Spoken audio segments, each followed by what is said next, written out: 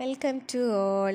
ഇന്ന് നമ്മൾ നോക്കുന്നത് 9ാം ക്ലാസ്സിലെ സോഷ്യൽ സയൻസിലെ ഭരണഘടനയിൽ വരുന്ന ക്വസ്റ്റ്യൻസാണ്.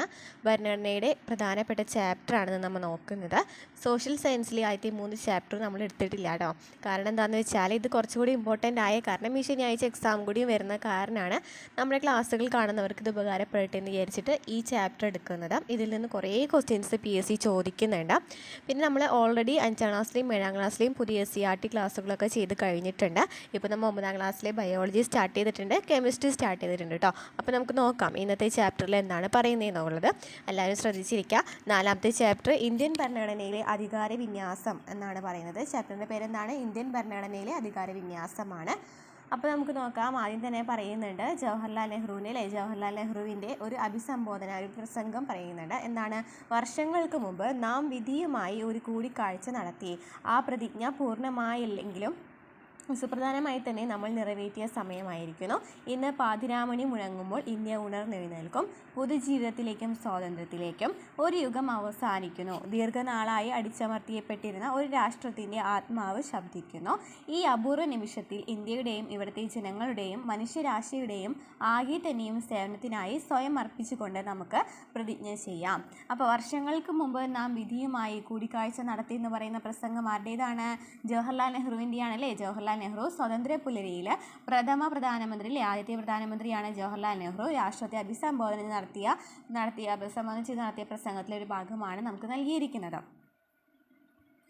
വൈദേശിക ഭരണത്തിൻ്റെ കെടുതികൾ കുടഞ്ഞെറിഞ്ഞ് പ്രതീക്ഷാനിർഭരവും ഉത്തരവാദിത്വപൂർണവുമായ പാതയിലേക്ക് രാജ്യത്തെ നയിക്കുവാനുള്ള ആഹ്വാനമാണ് ഭരണഘടനാ നിർമ്മാണ സഭയിൽ നെഹ്റു നൽകുന്നത്.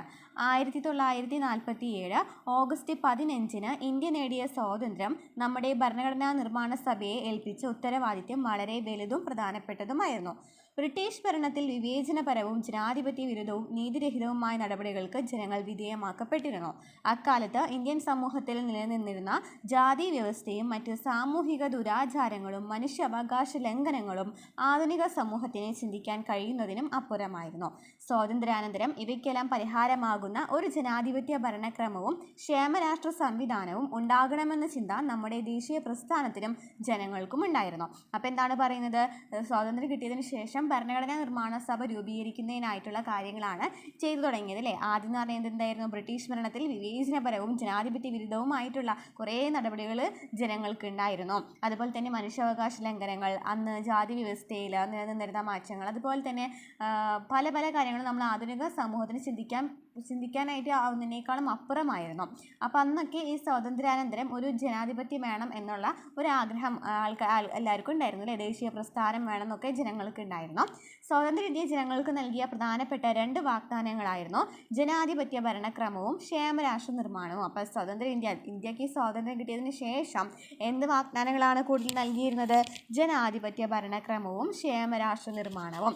ഇതിലേക്കുള്ള ചുവടുവയ്പ്പായിരുന്നു ഭരണഘടനാ നിർമ്മാണ സഭയുടെ രൂപീകരണവും നെഹ്റു അവതരിപ്പിച്ച ലക്ഷ്യപ്രമേയവും. അപ്പോൾ ഭരണഘടനാ നിർമ്മാണ സഭ വരുന്നത്, അതുപോലെ തന്നെ ലക്ഷ്യപ്രമേയം ആദ്യമായിട്ട് അവതരിപ്പിക്കുന്ന ആരാണ്? ജവഹർലാൽ നെഹ്റു ആണ്. അപ്പോൾ തുടക്കമല്ലേ, ഭരണഘടന വരുന്നതിന് മുമ്പുള്ള തുടക്ക ഭാഗമാണ് എന്തെന്ന് പറയുന്നത്? ഭരണഘടനാ നിർമ്മാണ സഭയുടെ രൂപീകരണവും നെഹ്റു അവതരിപ്പിച്ച ലക്ഷ്യപ്രമേയവും. അപ്പോൾ നമുക്ക് നോക്കാം ലക്ഷ്യപ്രമേയത്തിൽ എന്തൊക്കെയാണ് പറയുന്നത് നമുക്ക് നോക്കാം. ഭരണഘടനാ നിർമ്മാണ സഭ ഇന്ത്യ ഒരു സ്വതന്ത്ര പരമാധികാര റിപ്പബ്ലിക്കായി തീർക്കുവാനും ഇതിനായി ഒരു ഭരണഘടന തയ്യാറാക്കുവാനുമുള്ള ഗൗരവമേറിയ ദൃഢനിശ്ചയം പ്രഖ്യാപിക്കുന്നു. ഭരണഘടനാ നിർമ്മാണ സഭ എന്താണ് പറയുന്നത്?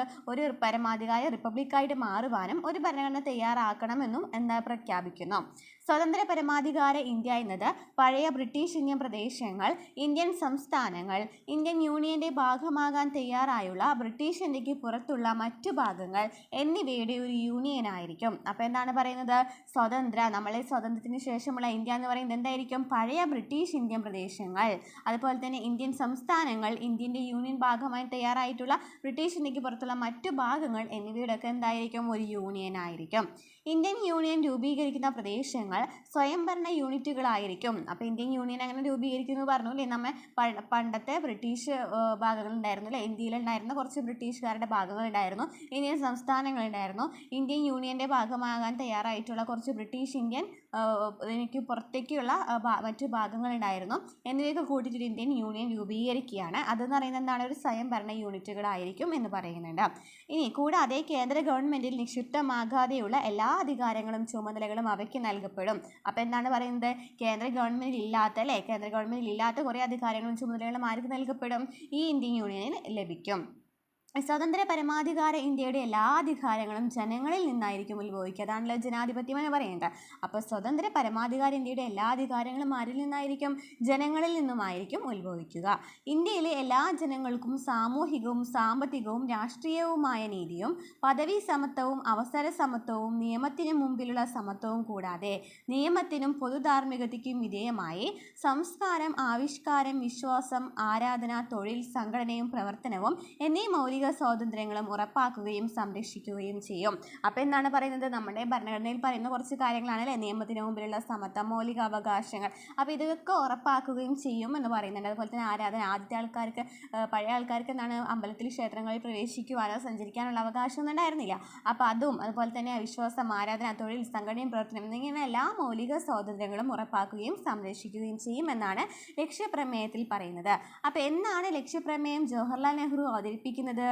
1946 ഡിസംബർ 13-ന് 1946 ഡിസംബർ 13-നാണ് ഭരണഘടനാ നിർമ്മാണ സഭയിൽ ജവഹർലാൽ നെഹ്റു അവതരിപ്പിച്ച ലക്ഷ്യപ്രമേയത്തിലെ ചില ആശയങ്ങൾ നൽകിയിരിക്കുന്നു. അപ്പോൾ എന്താണ് ഇവിടുത്തെ ഇമ്പോർട്ടൻ്റ് ആയിട്ടുള്ള കാര്യം എന്ന് പറയുന്നത്, എന്നാണ് ലക്ഷ്യപ്രമേയം അവതരിപ്പിക്കുന്നത്? 1946 ഡിസംബർ 13-ന്. ആരാണ് അവതരിപ്പിക്കുന്നത്? ജവഹർലാൽ നെഹ്റു ആണ് അവതരിപ്പിക്കുന്നത്. ക്ലിയർ ആയല്ലോ? അപ്പോൾ ലക്ഷ്യപ്രമേയം എന്താണെന്ന് മനസ്സിലായല്ലോ? ഇനി നമുക്ക് അടുത്ത ഭാഗമായിട്ടുള്ള ആമുഖത്തെക്കുറിച്ച് നോക്കാം. ആമുഖം എന്ന് പറയുന്നത് വായിച്ച് നോക്കുകയാണെന്നുണ്ടെങ്കിൽ ഇതിൽ നിന്ന് തന്നെ കുറേ പോയിന്റ്സ് കിട്ടും കേട്ടോ. അപ്പോൾ നമുക്ക് നോക്കാം. ആമുഖത്തിൽ പറയുന്നത് ഭാരതത്തിലെ ജനങ്ങളായ നാം. അപ്പോൾ എന്താണ് ആമുഖത്തിൽ ഫസ്റ്റ് വരുന്ന വാക്ക് ഏതാണെന്ന് ചോദിച്ചാൽ എന്താണ്, ഭാരതത്തിലെ ജനങ്ങളായ നാം എന്ന് പറയുന്ന വാക്കാണ് വരുന്നത്. അതുപോലെ തന്നെ ഭാരതത്തെ എന്താണ് മാറ്റുന്നത്, പരമാധികാര, സ്ഥിതി സമത്വ, മതേതര ജനാധിപത്യ റിപ്പബ്ലിക്കായിട്ട് മാറ്റുന്നു. എന്താണ്, പരമാധികാര, സ്ഥിതി സമത്വ, മതേതര ജനാധിപത്യ റിപ്പബ്ലിക്കായിട്ട് മാറ്റുന്നു. ഇത് നമുക്ക് ക്വസ്റ്റ്യൻ വന്നിട്ടുണ്ടായിരുന്നു കേട്ടോ. അപ്പോൾ നമുക്ക് നോക്കാം. ഇതിനൊരു കോഡ് ഉണ്ട് കേട്ടോ പഠിക്കാനായിട്ട്. എല്ലാവർക്കും അറിയായിരിക്കും, എന്നാലും ഞാൻ പറഞ്ഞുതരാം. പസോമ ജെറി എന്താണ് പറയുന്നത്,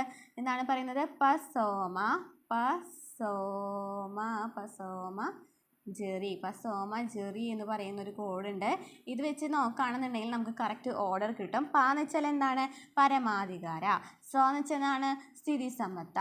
പരമാധികാര, സ്ഥിതി സമത്വ. എന്ന് വെച്ചാൽ മതേതര. എന്ന് വെച്ചാൽ ജനാധിപത്യ. എന്ന് വെച്ചാൽ എന്താണ്, റിപ്പബ്ലിക്. അപ്പോൾ പരമാധികാര, സ്ഥിതി സമത്വ, മതേതര ജനാധിപത്യ റിപ്പബ്ലിക്കായിട്ട് മാറി എന്ന് പറയുമ്പോൾ ഏതാണ് കോഡ് വരുന്നത്, പസോമ ജെറി. അപ്പോൾ എന്താണ്, സംവിധാനം ചെയ്യുവാനും അതിലെ പൗരന്മാർക്കെല്ലാം സാമൂഹികവും സാമ്പത്തികവും രാഷ്ട്രീയവുമായ നീതിയും. എന്താണ് പറയുന്നത്, നീതിയിലെ സാമൂഹികവും സാമ്പത്തികവും രാഷ്ട്രീയവുമായ നീതിയും ചിന്തയ്ക്കും ആശയപ്രകടനത്തിനും വിശ്വാസത്തിനും മതനിഷ്ഠയ്ക്കും ആരാധനയ്ക്കുള്ള സ്വാതന്ത്ര്യം. ചിന്തയ്ക്കും ആശയപ്രകടനത്തിനും വിശ്വാസത്തിനും മതനിഷ്ഠയ്ക്കും ആരാധനയ്ക്കുമുള്ള സ്വാതന്ത്ര്യവും പദവിയിലും അവസരത്തിനും സമത്വവും ഉറപ്പാക്കുന്നുണ്ട് അല്ലേ. അവർക്കെല്ലാം ഇടയിൽ വ്യക്തിയുടെ അന്തസ്സും രാഷ്ട്രത്തിൻ്റെ ഐക്യവും അഖണ്ഡതയും ഉറപ്പുവരുത്തിക്കൊണ്ട് സാഹോദര്യം പുലർത്തുവാനും സഗൗരവം തീരുമാനിച്ചിരിക്കുകയാണ്. അപ്പോൾ എന്തൊക്കെയാണ്, നീതി, സ്വാതന്ത്ര്യം, സമത്വം, സാഹോദര്യം അല്ലേ. നീതി, സ്വാതന്ത്ര്യം, സമത്വം, സാഹോദര്യം. നമ്മുടെ ഭരണഘടനാ നിർമ്മാണ സഭയിൽ ഈ 1949 നവംബർ 26-ാം ദിവസം ഇതിനാൽ ഈ ഭരണഘടനയെ സ്വീകരിക്കുകയും നിയമമാക്കുകയും നമുക്ക് തന്നെ പ്രദാനം ചെയ്യുകയും ചെയ്യുന്നു. അപ്പോൾ എന്താണ് പറയുന്നത്, ഭരണഘടന എന്ന് പറയുന്നത് നമ്മുടെ ആമുഖത്തിൽ പരാമർശിക്കുന്ന ഡേറ്റ് ഏതാണെന്ന് ചോദിക്കാം. എന്താണ്, 1949 നവംബർ 26 1949 നവംബർ 26-നാണ് എന്ത് പറയുന്നത്, ഭരണഘടനയുടെ ആമുഖത്തിൽ പരാമർശിക്കുന്ന ഡേറ്റ് എന്ന് പറയുന്നത്. ഇനി എത്ര പ്രാവശ്യം ആമുഖം ഭേദഗതി ചെയ്തിട്ടുണ്ട്, ഒരൊറ്റ തവണയാണല്ലേ ഭേദഗതി ചെയ്തേക്കുന്നത്. എന്നാണ്, 1976-ലെ 42-ാം ഭേദഗതിയിലെ 1976-ലെ 42-ാം ഭേദഗതി പ്രകാരം എന്തൊക്കെയോ മാറ്റങ്ങളാണ് വന്നിട്ടുണ്ടായിരുന്നത്. അഖണ്ഡത, ഇതാണ് ഇമ്പോർട്ടൻ്റ് ആയിട്ടുള്ള വേർഡാണ് അഖണ്ഡത എന്ന് പറയുന്നത്. അപ്പോൾ അഖണ്ഡത കൂടി ചേർത്തത് ഏത് ഭേദഗതിയാണ്, 1976-ലെ 42-ാം ഭേദഗതിയിലാണ്. അതുപോലെ പരമാധികാര ജനാധിപത്യ റിപ്പബ്ലിക് എന്നതിന് പകരം എന്താണ് വന്നത്, പരമാധികാര ജനാധിപത്യ റിപ്പബ്ലിക് എന്നതിന് പകരം ചേർത്തത് എന്താണ് നൽകിയിട്ടുണ്ടായിരുന്നത്? പരമാധികാര ജനാധിപത്യ റിപ്പബ്ലിക് എന്നതിന് പകരം എന്നത് കൊടുത്തു? അഖണ്ഡത അല്ലേ? പരമാധികാര സ്ഥിതി സമത്വ മതേതര ജനാധിപത്യ റിപ്പബ്ലിക് എന്നും അതുപോലെ തന്നെ രാഷ്ട്രത്തിൻ്റെ ഐക്യം എന്നതിന് പകരം എന്താണ്? അഖണ്ഡത എന്നും കൂട്ടിച്ചേർത്തിട്ടുണ്ടായിരുന്നു. ഓക്കെയാണ്, രാഷ്ട്രത്തിൻ്റെ ഐക്യവും അഖണ്ഡതയും കൂട്ടിച്ചേർത്തിട്ടുണ്ടായിരുന്നു. ലക്ഷ്യപ്രമേയത്തിലെ വിവിധ ആശയങ്ങൾ നമ്മുടെ ഭരണഘടനയിലെ ആമുഖത്തിൽ ഉൾപ്പെട്ടിട്ടുണ്ടെന്ന് നമുക്ക് മനസ്സിലായി. ഇനി എന്തൊക്കെയാണ് ഭരണഘടനയുടെ സവിശേഷതകൾ എന്ന് പറയുന്നത്? ഭരണഘടനയുടെ സവിശേഷതകൾ എന്ന് പറയുന്നത് ക്യാബിനറ്റ് മിഷന്റെ നിർദ്ദേശാനുസരണം 1946 ഡിസംബർ 6 രൂപീകരിക്കപ്പെട്ട ഭരണഘടനാ നിർമ്മാണ സമിതി. അപ്പം എന്നാണ് ഭരണഘടനാ നിർമ്മാണ സമിതി രൂപീകരിച്ചത്? ഭരണഘടനാ നിർമ്മാണ സമിതി രൂപീകരിച്ചത് എന്നാണ്? 1946 ഡിസംബർ 6 ഭരണഘടനാ നിർമ്മാണ സമിതി രൂപീകരിക്കുന്നത്. 1946 ഡിസംബർ 9 മുതൽ 2 വർഷവും 11 മാസവും 17 ദിവസവും നീണ്ടുനിന്ന ഒരു മഹത്തായ പ്രക്രിയയിലൂടെ നിർമ്മിച്ചതാണ് ഇന്ത്യൻ ഭരണഘടന. അപ്പോൾ ഇന്ത്യൻ ഭരണഘടന എന്ന് പറയുന്നത് 1946 ഡിസംബർ 6 മുതൽ 1946 ഡിസംബർ 9 മുതൽ എത്ര വരെയാണ് പറയുന്നത്? 1946 ഡിസംബർ 6 രൂപീകരിച്ചത്. ആദ്യ സമ്മേളനം നടക്കുന്നത് 1946 ഡിസംബർ 9. അപ്പോൾ എത്ര നാൾ ഒരു ഭരണഘടന നിർമ്മാണ സഭ വരുന്നതിന് വേണ്ടി, ഒരു ഭരണഘടന വരുന്നതിന് വേണ്ടി എത്ര നാളെടുത്തു എന്ന് PSC ചോദിക്കാറുണ്ട്. ഏതാണ്? 2 വർഷവും 11 മാസവും 17 ദിവസവും. 2 വർഷവും 11 മാസവും 17 ദിവസവും. ഓക്കെയാണല്ലോ. 1949 നവംബർ 26 അംഗീകരിക്കുന്നത്. അപ്പോൾ എന്താണ് പറയുന്നത്? ഭരണഘടന അംഗീകരിച്ച ഡേറ്റ് ഇമ്പോർട്ടൻ്റ് ആണ്. 1949 നവംബർ 26 അംഗീകരിച്ച നിയമമാക്കി. നമുക്കായി തന്നെ സമർപ്പിച്ച ഇന്ത്യൻ ഭരണഘടനയിൽ എത്ര ഭാഗങ്ങളുണ്ടായിരുന്നു? 22 ഭാഗങ്ങളുണ്ടായിരുന്നു. 395 വകുപ്പുകളും 8 പട്ടികകളുമാണ് ഉണ്ടായിരുന്നത്. അപ്പോൾ എത്രയാണ് പറയുന്നത്? 395 വകുപ്പ്, 22 പാർട്ട്, 8 പട്ടിക. 22 ഭാഗങ്ങൾ, 395 വകുപ്പുകൾ, 8 പട്ടികകൾ. 1949 ജനുവരി 26 ഇന്ത്യൻ ഭരണഘടന കാലാനുസൃതമായ മാറ്റങ്ങൾ ഉൾക്കൊണ്ടുകൊണ്ട് ഒരു സജീവ പ്രമാണമായിട്ട് തുടരുന്നത്. അപ്പോൾ ഇവിടെ എന്തൊക്കെയാണ് പറഞ്ഞത്? ഇമ്പോർട്ടൻ്റ് ആയിട്ടുള്ള ഡേറ്റ്സ് ഏതൊക്കെയാണ്? 1946 ഡിസംബർ 6 ഭരണഘടനാ നിർമ്മാണ സമിതി രൂപീകരിക്കുന്നത്. 1946 ഡിസംബർ 9 ആദ്യത്തെ സമ്മേളനം നടക്കുന്നത്. എത്ര നാൾ നീണ്ടു നിന്നു? 2 വർഷവും 11 മാസവും 17 ദിവസവും നീണ്ടു നിന്നു. ഇനി എന്നാണ് ഭരണഘടന അംഗീകരിച്ചത്? ഭരണഘടനാ നിർമ്മാണ സഭ ഭരണഘടന അംഗീകരിച്ച ഡേറ്റ് എന്നാണ്? 1949 നവംബർ 26 അല്ലേ? അപ്പോൾ നവംബർ 26 എന്ത്? ദേശീയ ഭരണ ദിനം അല്ലെങ്കിൽ നിയമദിനം എന്ന് പറയുന്നത്. ഇനി എത്ര പട്ടികകൾ, എത്ര പട്ടികകളും വകുപ്പുകളും ഉണ്ടായിരുന്നു? 395 വകുപ്പുകളും 22 പാർട്ടുകളിൽ 22 ഭാഗങ്ങളും 8 പട്ടികകളുമാണ് ഉണ്ടായിരുന്നത്. 8 പട്ടികകളുമാണ് ഉണ്ടായിരുന്നത്. ഭരണഘടന നിലവിൽ വന്നതെന്നാണ്? ഭരണഘടന നിലവിൽ വന്നതെന്നാണ്? 1950 ജനുവരി 26 ഭരണഘടന നിലവിൽ വന്നത്. റിപ്പബ്ലിക്കായി മാറിയ ദിവസം അല്ലേ? ഇന്ത്യൻ ദേശീയ പ്രസ്ഥാനം മുറുകെ പിടിച്ചതും ലക്ഷ്യപ്രമേയത്തിൽ സൂചിപ്പിച്ചതുമായ നിരവധി ആശയങ്ങൾ ഭരണഘടനയുടെ ഭാഗമായിട്ടുണ്ട്. അപ്പോൾ എന്തൊക്കെയാണ് ഭരണഘടനയുടെ ഭാഗമായിട്ടുള്ള സവിശേഷതകൾ എന്ന് നമുക്ക് നോക്കാം. ഏറ്റവും വലിയ എഴുതപ്പെട്ട ഭരണഘടനയാണ് അല്ലേ? ഏറ്റവും വലിയ എഴുതപ്പെട്ട ഭരണഘടനയാണ് ഇന്ത്യയുടേത്. 1.5 ലക്ഷത്തോളം വാക്കുകളടങ്ങിയ സമഗ്രവും വിപുലവുമായ രേഖ, രാജ്യത്തിൻ്റെ വൈവിധ്യവും വൈപുല്യവും പരിഗണിച്ചുള്ള വിശദമായ ഉള്ളടക്കം. അപ്പോൾ ഏറ്റവും വലിയ എഴുതപ്പെട്ട ഭരണഘടനയാണ് ഇന്ത്യയുടേത്. പാർലമെന്ററി ജനാധിപത്യം. കാര്യനിർവഹണ വിഭാഗത്തിലെ അംഗങ്ങൾ നിയമനിർമ്മാണ സഭയിൽ നിന്നുള്ളവരായിരിക്കും.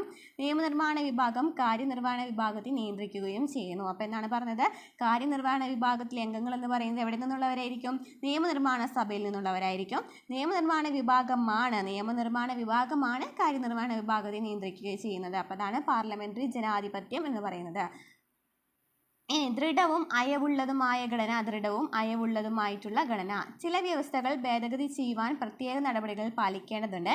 എന്നാൽ മറ്റു ചിലത് സാധാരണ നിയമനിർമ്മാണ രീതിയിൽ ഭേദഗതി ചെയ്യാവുന്നതാണ്. അപ്പോൾ അതാണ് പറയുന്നത് ദൃഢവും അയവുള്ളതുമായ ഘടന എന്ന് പറയുമ്പോൾ എന്താണ്? ഭേദഗതി ചെയ്യുന്നതിനായിട്ട് എന്താണ് പറയുന്നത്? ചില വ്യവസ്ഥകൾ ഭേദഗതി ചെയ്യുവാനായിട്ട് കുറേ നടപടിക്രമങ്ങൾ ഉണ്ടായിരിക്കും. ചിലതാണെന്നുണ്ടെങ്കിൽ എന്താണ്? പെട്ടെന്ന് ചെയ്യാനായിട്ട് പറ്റും. ഇനി മൗലിക അവകാശങ്ങളും മൗലിക കർത്തവ്യങ്ങളും ഓരോ വ്യക്തിക്കും രാഷ്ട്രം ഉറപ്പുവരുത്തേണ്ട അടിസ്ഥാന അവകാശങ്ങളെയാണ് മൗലിക അവകാശങ്ങൾ എന്ന് പറയുന്നത്. അതുപോലെ തന്നെ പൗരർ രാഷ്ട്രത്തോടും സമൂഹത്തോടും പാലിക്കേണ്ട ഉത്തരവാദിത്തങ്ങളെയാണ് മൗലിക കർത്തവ്യങ്ങൾ എന്ന് പറയുന്നത്. മാർഗനിർദ്ദേശക തത്വങ്ങൾ ആരുടെയായിരുന്നു? ഗാന്ധിജിയുടെ ആശയമായിരുന്നു അല്ലേ മാർഗനിർദ്ദേശക തത്വങ്ങൾ എന്ന് പറയുന്നത്.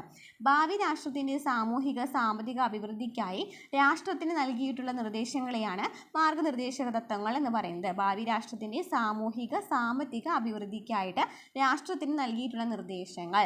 ഇനി ദ്വിമണ്ഡല നിയമനിർമ്മാണ സഭകൾ, മൊത്തം ജനത്തെയും പ്രതിനിധീകരിക്കുന്ന അധോസഭ, നിയമനിർമ്മാണത്തിൽ രണ്ടാമതൊരു ചിന്തയ്ക്ക് സംസ്ഥാനങ്ങളെ പ്രതിനിധീകരിക്കുന്ന ഉപരിസഭ എന്നിങ്ങനെ 2 സഭകളുണ്ട്. അപ്പോൾ ദ്വിമണ്ഡല നിയമനിർമ്മാണ സഭകൾ എന്ന് വെച്ചാൽ എന്താണ്? ലോകസഭയും രാജ്യസഭയുണ്ട്. ലോകസഭ എന്ന് വെച്ചാൽ എന്താണ്? മൊത്തം ജനതയെ പ്രതിനിധീകരിക്കുന്നു. സംസ്ഥാനങ്ങളിലാണെന്നുണ്ടെങ്കിൽ രാജ്യസഭ. ശക്തമായ കേന്ദ്ര ഗവൺമെൻറ്റോട് കൂടിയ ഫെഡറലിസം, അധികാരം കേന്ദ്രത്തിനും സംസ്ഥാനങ്ങൾക്കുമായിട്ട് വേർതിരിച്ചിട്ടുണ്ടെങ്കിലും കേന്ദ്രത്തിന് മേൽക്കൈ നൽകുന്ന ചില സവിശേഷാധികാരങ്ങൾ ഭരണഘടനയിൽ ഉൾപ്പെടുത്തിയിട്ടുണ്ട്. അപ്പോൾ ശക്തമായ കേന്ദ്ര ഗവൺമെൻറ്റോട് കൂടിയ ഫെഡറലിസം എന്ന് വെച്ചാൽ എന്താണ്? കേന്ദ്രത്തിനും സംസ്ഥാനങ്ങൾക്കും ഉണ്ട് അധികാരം, പക്ഷേ കേന്ദ്രങ്ങൾക്കായിരിക്കും കുറച്ചും കൂടി കൂടുതൽ അധികാരം എന്ന് പറയുന്നത്. സ്വതന്ത്രവും നിഷ്പക്ഷവുമായ നീതിന്യായ വ്യവസ്ഥ, നിയമനിർമ്മാണ കാര്യനിർവഹണ വിഭാഗങ്ങളുടെ നിയന്ത്രണത്തിലല്ലാതെ കോടതി സംവിധാനം. സ്വതന്ത്ര ഭരണഘടനാ സ്ഥാപനങ്ങൾ, ജനാധിപത്യ വ്യവസ്ഥ വിപുലവും അർത്ഥപൂർണവുമാക്കുന്നതിന് സ്വതന്ത്ര സ്വഭാവമുള്ള ഭരണഘടനാ സ്ഥാപനങ്ങൾ ഉണ്ട്. ഓക്കെയാണല്ലോ. അപ്പോൾ എന്തൊക്കെയാണ് നമ്മൾ ഇവിടെ സവിശേഷതകളായിട്ട് പറഞ്ഞത്? ഏറ്റവും വലിയ എഴുതപ്പെട്ട ഭരണഘടനയാണ്, പാർലമെൻ്ററി ജനാധിപത്യം, ദൃഢവും അയവുള്ളതുമായ ഘടന, മൗലിക അവകാശങ്ങളും മൗലിക കർത്തവ്യങ്ങളും, മാർഗനിർദ്ദേശക തത്വങ്ങൾ, ദ്വിമണ്ഡല നിയമനിർമ്മാണ സഭകൾ, ശക്തമായ കേന്ദ്ര ഗവൺമെൻറ്റോട് കൂടിയ ഫെഡറലിസം, സ്വതന്ത്രവും നിഷ്പക്ഷവുമായ നീതിന്യായ വ്യവസ്ഥ, സ്വതന്ത്ര ഭരണഘടനാ സ്ഥാപനങ്ങൾ. എന്താണ് ഫെഡറലിസം എന്ന് പറയുന്നത്? നമ്മൾ പറഞ്ഞില്ലേ, ഫെഡറലിസം എന്ന് പറയുന്നത് നമ്മളെ കേന്ദ്ര ഗവൺമെൻറ്റോട് കൂടിയ ഫെഡറലിസം എന്ന് പറയുന്നത് ഭരണഘടനയുടെ സവിശേഷതയാണ്. കേന്ദ്രത്തിനും ഗവൺമെൻറ്റിനും എന്താണ്? അധികാരങ്ങൾ വിഭജിച്ച് നൽകിയിട്ടുണ്ട്. അപ്പോൾ നമുക്ക് എന്താണ് നോക്കാം. ഭരണഘടനയുടെ അടിസ്ഥാനത്തിൽ അധികാരം 2 തലങ്ങളിലേക്ക് വിഭജിക്കപ്പെടുന്ന ഭരണ സംവിധാനമാണ് ഫെഡറലിസം എന്ന് പറയുന്നത്. നമ്മളിപ്പോൾ തന്നെ പറഞ്ഞല്ലോ, ഫെഡറലിസം എന്ന് വെച്ചാൽ എന്താണ്? ഭരണഘടനയുടെ അടിസ്ഥാനത്തിൽ അധികാരം 2 തലങ്ങളിലേക്ക് വിഭജിക്കപ്പെടുന്ന ഭരണ സംവിധാനത്തെയാണ് ഫെഡറലിസം എന്ന് പറയുന്നത്. കേന്ദ്ര ഗവൺമെൻറ്റും സംസ്ഥാന ഗവൺമെൻറ്റുകളും അധികാരം പങ്കിടുന്ന ഭരണ ക്രമീകരണമാണിത്. ഫെഡറലിസത്തെ അടിസ്ഥാന സവിശേഷതകളായിട്ട് കണക്കാക്കുന്നത് എന്തൊക്കെയാണ്? എഴുതപ്പെട്ട ദൃഢമായ ഭരണഘടന, അധികാര വിഭജനം, സ്വതന്ത്രമായ നീതിന്യായ വ്യവസ്ഥ എന്നിവയൊക്കെയാണ്. അപ്പോൾ എന്താണ് പറയുന്നത്? ഫെഡറലിസം എന്ന് വെച്ചാൽ കേന്ദ്രത്തിനും സംസ്ഥാനങ്ങൾക്കും 2 ആൾക്കാർക്കും എന്ന് നൽകിയിട്ടുണ്ട്, അധികാരങ്ങൾ വിഭജിച്ച് നൽകിയിട്ടുണ്ട്. അതിനെയാണ് ഫെഡറലിസം എന്നതുകൊണ്ട് അർത്ഥമാക്കുന്നത്. ഓക്കെ ആണല്ലോ. ഇനി നമ്മൾ നോക്കുന്നത് കുറച്ച് പ്രധാനപ്പെട്ടിട്ടുള്ള കുറച്ച് ഭാഗങ്ങളാണ്. ഭാഗം 1 നമ്മൾ പറഞ്ഞു അല്ലേ, 12 പട്ടികകളാണ് ഉള്ളത്. 395 വകുപ്പുകളും 22 പാർട്ടുകളും, അതുപോലെ തന്നെ എത്രയാണ്? 8 പട്ടികകളാണല്ലേ പറഞ്ഞത്. അപ്പോൾ അതിൽ ആദ്യത്തെ ഭാഗത്തിൽ വരുന്നത് എന്താണെന്ന് നോക്കാം. ആദ്യത്തെ പാർട്ടിൽ വരുന്നതാണ് യൂണിയനും ഇന്ത്യൻ്റെ ഭൂപ്രദേശവുമാണ്. ആദ്യത്തെ ഭാഗത്തിൽ വരുന്നത് യൂണിയനും ഇന്ത്യൻ്റെ ഭൂപ്രദേശവുമാണ്. അപ്പോൾ യൂണിയൻ്റെ പേരും ഭൂപ്രദേശവുമാണ്, അതായത് ഭാരതം സംസ്ഥാനം ഒരു യൂണിയൻ ആയിരിക്കുന്നതാണ് എന്നാണ് പറയുന്നത്. സംസ്ഥാനങ്ങളും അവയുടെ ഭൂപ്രദേശങ്ങളും 1-ാം പട്ടികയിൽ പറഞ്ഞിട്ടുള്ള വിധമായിരിക്കുന്നതാണ് ഭാരതത്തിൻ്റെ. അപ്പം എന്താണ് ഒന്നാമത്തെ പാർട്ടിൽ വരുന്നത് ഭാഗം വരുന്ന യൂണിയൻ്റെ പേരും ഭൂപ്രദേശമാണ്. എന്തൊക്കെയാണ്? സംസ്ഥാനങ്ങളും അവയുടെ ഭൂപ്രദേശങ്ങളും, ഭാരതത്തിൻ്റെ ഭൂപ്രദേശം, സംസ്ഥാനങ്ങളുടെ ഭൂപ്രദേശം, 1-ാം പട്ടികയിൽ പറഞ്ഞിട്ടുള്ള യൂണിയൻ പ്രദേശം, ആർജിക്കുന്ന മറ്റ് പ്രദേശങ്ങളും അടങ്ങിയതാകുന്നു. ഇന്ത്യൻ ഭരണഘടനയുടെ 1-ാമത്തെ അനുച്ഛേദം വായിച്ചല്ലോ. ഇത് പ്രകാരം ഇന്ത്യ, അതായത് ഭാരതം, സംസ്ഥാനങ്ങളുടെ ഒരു യൂണിയൻ ആയിരിക്കും. ഇന്ത്യ എന്ന് പറയുന്നത് എന്താണ്? സംസ്ഥാനങ്ങളുടെ ഒരു യൂണിയൻ ആയിരിക്കും. എന്നാൽ ഭരണഘടനയിൽ ഒരിടത്തും ഇന്ത്യ ഒരു ഫെഡറൽ രാഷ്ട്രമാണെന്ന് പരാമർശിക്കുന്നില്ല. ഇന്ത്യയുടെ സാമൂഹികവും പ്രാദേശികവും ഭൂമിശാസ്ത്രപരവുമായ വൈവിധ്യങ്ങളെ ഉൾക്കൊള്ളുന്നതിനും രാജ്യത്തിൻ്റെ ഐക്യവും അഖണ്ഡതയും കാത്തുസൂക്ഷിക്കുന്നതിനും വേണ്ടിയാണ് നാം ഫെഡറൽ സംവിധാനം സ്വീകരിച്ചത്. അപ്പോൾ ഫെഡറൽ സംവിധാനം എന്ന് പറയുന്നത് എവിടെയും ഭരണഘടനയിൽ പരാമർശിച്ചിട്ടില്ല, പക്ഷെ നമ്മൾ തിരഞ്ഞെടുത്തിട്ടുണ്ട് അല്ലേ ഫെഡറലിസം എന്ന് പറയുന്നത്. അപ്പോൾ ഇന്ത്യൻ ഫെഡറലിസത്തിൻ്റെ സവിശേഷതകൾ ഏതൊക്കെയാണ് നോക്കാം. കേന്ദ്രത്തിനും സംസ്ഥാനങ്ങൾക്കുമായിട്ട് ഒരു പൊതു ഭരണഘടന ഉണ്ട് അല്ലേ. നമ്മൾ പറഞ്ഞല്ലോ, കേന്ദ്രത്തിനും സംസ്ഥാനങ്ങൾക്കുമായിട്ട് ഒരു പൊതു ഭരണഘടനയുണ്ട്. ഭരണഘടനയുടെ പരമാധികാരം, ഏക പൗരത്വം, ഭരണഘടനാ ഭേദഗതി ചെയ്യുവാനുള്ള അധികാരങ്ങളിൽ കേന്ദ്രത്തിനായിരിക്കും മേൽക്കൈ. ദ്വിമണ്ഡല നിയമനിർമ്മാണ സഭ, കേന്ദ്ര സംസ്ഥാന അധികാര വിഭജനത്തിൽ കൂടുതൽ വിഷയങ്ങളും പ്രധാന അധികാരങ്ങളും കേന്ദ്രത്തിനായിരിക്കും. സ്വതന്ത്രവും നിഷ്പക്ഷവുമായ നീതിന്യായ വ്യവസ്ഥ, അർദ്ധ ഫെഡറൽ സംവിധാനം. അപ്പം എന്തൊക്കെയാണെന്നുള്ള ഡീറ്റെയിൽ ആയിട്ട് നമ്മൾ മുകളിൽ പറഞ്ഞില്ലേ, സംഭവം തന്നെയാണ് ഫെഡറലിസത്തിലും അർത്ഥമാക്കുന്നത്. കേന്ദ്രത്തിനും സംസ്ഥാനങ്ങൾക്കുമായിട്ടൊരു പൊതു ഭരണഘടന, ഭരണഘടനയുടെ പരമാധികാരം, ഏക പൗരത്വം, ഭരണഘടനയെ ഭേദഗതി ചെയ്യുവാനുള്ള അധികാരങ്ങളിൽ കേന്ദ്രത്തിനായിരിക്കണം മേൽക്കൈ, ദ്വിമണ്ഡല നിയമനിർമ്മാണ സഭ, കേന്ദ്ര സംസ്ഥാന അധികാര വിഭജനം, അധികാര വിഭജനത്തിൽ കൂടുതൽ വിഷയങ്ങളും പ്രധാന അധികാരങ്ങളും കേന്ദ്രത്തിന്, സ്വതന്ത്രവും നിഷ്പക്ഷവുമായ നീതിന്യായ വ്യവസ്ഥ, അർദ്ധ ഫെഡറൽ സംവിധാനം. ഓക്കെ ആണല്ലോ. അപ്പം എന്താണ് ഫെഡറൽ സവിശേഷതകൾ എന്ന് പറഞ്ഞു അല്ലേ. ഇന്ത്യൻ ഭരണഘടന ഉയർത്തിപ്പിടിക്കുന്ന ജനാധിപത്യ പ്രതിബദ്ധതയുടെ മറ്റൊരു സവിശേഷതയാണ് ഇന്ത്യയുടെ ഫെഡറൽ ഘടന എന്ന് പറയുന്നത്. രാഷ്ട്രത്തിൻ്റെ അധികാരങ്ങളിൽ ഒരു തലത്തിൽ മാത്രം കേന്ദ്രീകരിക്കാതെ അവ കേന്ദ്ര സർക്കാരിനും സംസ്ഥാന സർക്കാരുകൾക്കും ഇടയിൽ വിഭജിച്ച് നൽകുന്ന സമീപനമാണ് ഇന്ത്യൻ ഭരണഘടന സ്വീകരിച്ചിട്ടുള്ളത്. ഇന്ന് നമ്മൾ പറഞ്ഞു അല്ലേ, 7 പട്ടികകളുണ്ടെന്ന് പറഞ്ഞു. ഏതൊക്കെ 7 പട്ടികകളാണ് പറയുന്നത് നമുക്ക് നോക്കാം. അതിനു മുമ്പ് അധികാര വിഭജനം 7ാം പട്ടികയിൽ എന്താണ് വരുന്നത് നോക്കാം. അധികാര വിഭജനം എന്ന് പറയുന്നത് 8 പട്ടികകളാണ് അല്ലേ പറഞ്ഞത്. അതിൽ 7ാമത്തെ പട്ടികയിലാണ് എന്ത് വരുന്നത്, അധികാര വിഭജനം വരുന്നത്. അധികാര വിഭജനം അല്ലെങ്കിൽ ലിസ്റ്റുകൾ വരുന്നത് ഏതിലാണ്, 7ാമത്തെ പട്ടികയിലാണ് അധികാര വിഭജനം വരുന്നത്. അപ്പോൾ എന്തൊക്കെയാണ് യൂണിയൻ ലിസ്റ്റ് എന്ന് വെച്ചാൽ എന്താണ്, കേന്ദ്ര ഗവൺമെൻറ്റിന് സമ്പൂർണ്ണ നിയമനിർമ്മാണ അധികാരമുള്ള വിഷയങ്ങളുടെ പട്ടിക അല്ലേ. യൂണിയൻ എന്ന് വെച്ചാൽ എന്താണ്, കേന്ദ്ര ഗവൺമെൻറ്റിനായിരിക്കും എന്ത് കൂടുതൽ അധികാരം എന്ന് പറയുന്നത്. ഭരണഘടന നിലവിൽ വന്നപ്പോൾ എത്ര വിഷയങ്ങളുണ്ടായിരുന്നു, 97 വിഷയങ്ങളാണ് ഉണ്ടായിരുന്നത്. ഭരണഘടന നിലവിൽ വന്നപ്പോൾ 97 വിഷയങ്ങളാണ് ഉണ്ടായിരുന്നത്. എക്സാമ്പിൾ ഏതൊക്കെയാണ്, വിദേശകാര്യം, പ്രതിരോധം, റെയിൽവേ, ബാങ്കിങ്, പൗരത്വം തുടങ്ങിയവയൊക്കെ എന്താണ് യൂണിയൻ ലിസ്റ്റിൽ വരുന്നതാണ്. വിദേശകാര്യം, പ്രതിരോധം, റെയിൽവേ, ബാങ്കിങ്, പൗരത്വം. അപ്പോൾ യൂണിയൻ ലിസ്റ്റ് എന്താണെന്ന് പറഞ്ഞു, കേന്ദ്ര ഗവൺമെൻറ്റിനാണ് കൂടുതൽ അധികാരമുള്ളത്. ഉദാഹരണം വിദേശകാര്യം, പ്രതിരോധം, റെയിൽവേ, ബാങ്കിങ്, പൗരത്വം തുടങ്ങിയവയാണ്. ഇനി സംസ്ഥാന ലിസ്റ്റ് എന്ന് പറയുന്നത് എന്താണ്, ഗതിയിൽ സംസ്ഥാന ഗവൺമെൻറ്റിനായിരിക്കണം കൂടുതൽ അധികാരം അല്ലേ. കൂടുതൽ അധികാരം സംസ്ഥാന ഗവൺമെൻറ്റിനായിരിക്കും. അതിനെയാണെന്ന് പറയുന്നത് സംസ്ഥാന ലിസ്റ്റ് എന്ന് പറയുന്നത്. ഇതിൽ എത്ര വിഷയങ്ങളുണ്ടായിരുന്നു, തുടക്കത്തിൽ 66 വിഷയങ്ങളാണ് ഉണ്ടായിരുന്നത്. ഉദാഹരണം ഏതൊക്കെയാണ് സംസ്ഥാന ലിസ്റ്റിൽ വരുന്നത്, ഏതൊക്കെയാണ്, കൃഷി, ജയിൽ, പോലീസ്, തദ്ദേശ സ്വയംഭരണം തുടങ്ങിയവയാണ് സംസ്ഥാന ലിസ്റ്റിൽ വരുന്നത്.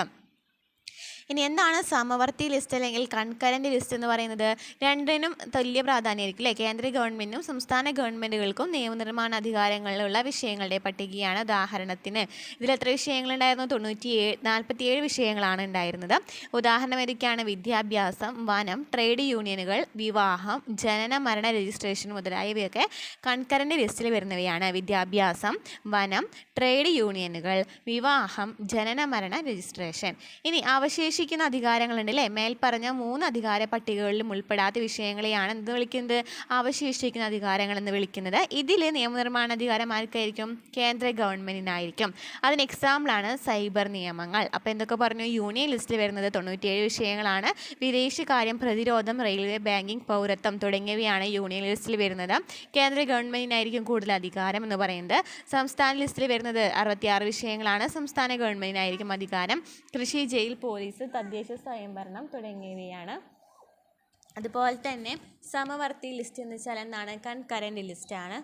കൺകറൻറ്റ് ലിസ്റ്റ് എന്ന് പറയുന്നത് എന്താണ് വരുന്നത്, കേന്ദ്ര ഗവൺമെൻറ്റിനും സംസ്ഥാന ഗവൺമെൻറ്റിനായിരിക്കും തുല്യ അധികാരം എന്ന് പറയുന്നത്.